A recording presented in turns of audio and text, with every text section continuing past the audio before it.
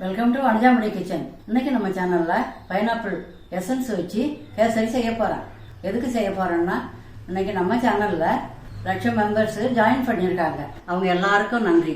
Viewers அனைவருக்கும் நன்றி. அந்த சந்தோஷத்தை கொண்டாட பைனாப்பிள் கேசரி செய்ய போறேன். பைனாப்பிள் கேசரி செய்ய தேவையான பொருட்கள்: 1 கப் ரவைக்கு 3 கப்பு தண்ணி வச்சிருக்கேன். தண்ணி கொதிச்சுடுது. இப்ப ரவையை சேர்த்து கிண்டலாம். ரவை நல்லா வேகணும். அப்புறம் தான் சர்க்கரையை கலக்கணும். இப்ப ரவை வெந்துடுது. 1 கிண்ணம் ரவைக்கு 2 கிண்ணம் சர்க்கரை. சர்க்கரை போட்டதும் கொஞ்சம் இலகி வரும்.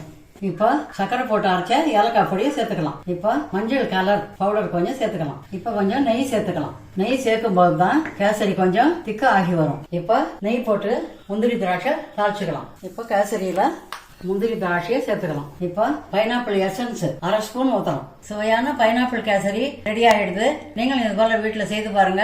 எப்படி இருந்துச்சுன்னு கமெண்ட்ல சொல்லுங்க. தேங்க்யூ.